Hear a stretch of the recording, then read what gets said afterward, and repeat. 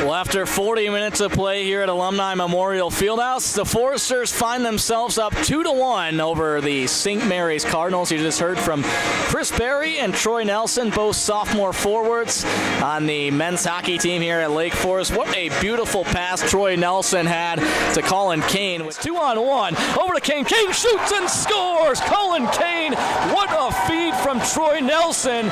And just like that, Lake Forest takes a 2-1 lead. We're about 10 minutes away from puck drop for the final 20 minutes. We'll hear from head coach Pat Kelleher in this week's episode of Inside Forester Hockey coming up next. I came here and kind of was presented with an opportunity to call play-by-play for the hockey games. I kind of needed someone to do it. So for my first 2 years, I did a handful of games here and there. I was actually gone a lot on the weekends, watching my brother play hockey at the University of Wisconsin. And I kind of found that when I was calling games here, I was like, okay, this is something that I'm really passionate about, something that I really wanted to do. 3, 2, and 1.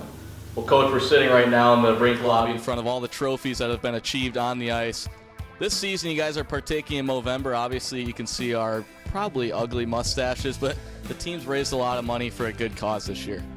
Yeah, it was just something that I think some of the guys came to me about, and it's a good cause. So first year at the college, last year you played in the EHL with the Connecticut Rough Riders, 74 points, you ranked 5th in the league. What was your time like in Norwalk? Yeah, it was unreal. I loved it there. I had a great coach, great line mates too, and it was good. I was in a spot. Coach trusted me a lot and gave me a lot of time, so I had plenty of opportunity. It's funny, when I would go to my brother's games, I wouldn't sit in the stands like a normal fan. I'd actually sit up in their radio booth with their radio announcer, Brian Posick, as he knew that it was something that I kind of wanted to do too, and he kind of taught me a ton of stuff along the way. So it was kind of just awesome to have those first 2 years just to kind of learn the ropes a little bit. So basically what it is, this is what I use for games. Our team is always on this side.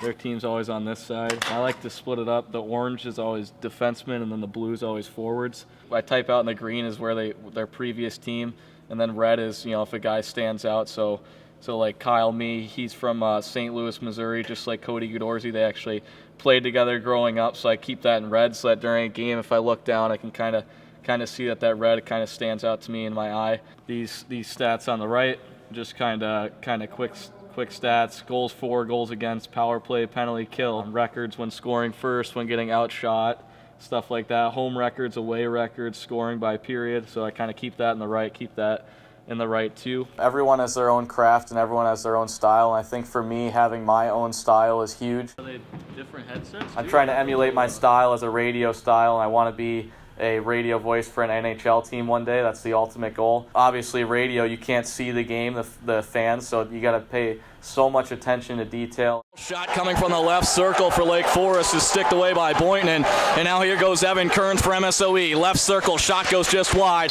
as it finds its way behind the cage. Troy Nelson scoops this one up for Lake Forest, but then turns it over. Puck is loose in front of the Corsi, but he paddles that one away into the corner.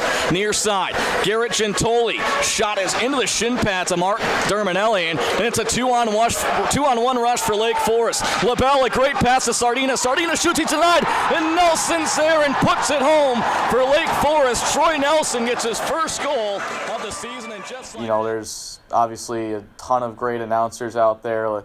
Doc Emmerich, to name one of them, he's one of the best ever to do it. But we can't try and emulate what Doc Emmerich does. You have to be your own self. Welcome back inside Alumni Memorial Fieldhouse. Just moments away as the Foresters take on the Raiders from MSOE. Cam McGuire with you tonight, joined alongside T.R. Belt. And we're just about underway here as the puck drops for period number 1, and MSOE wins the opening faceoff. The Raiders skating left to right in the opening frame. Lake Forest going right to left. Right point now, Matthew Roman with the puck for MSOE. Roman playing in his 78th career game for the senior from Mattawan, Michigan. 5 goals, 22 assists for 37 points in his career. Nolan Crothers in his own zone for Lake Forest. Will cough this puck up on the half wall. Circling in front is Evan Kearns, and he buries. What a move there from the junior forward, Evan Kearns, and he gets MSOE on the board here.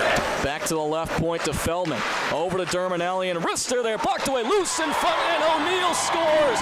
Aaron O'Neill puts away the loose change. He makes it a 5-3 lead for Lake Forest with 4:30. I think the biggest thing for me is kind of having that own style for me, but taking different parts from different announcers and kind of meshing it all together. But at the end of the day, you have to be your own person and have to go with what works for you.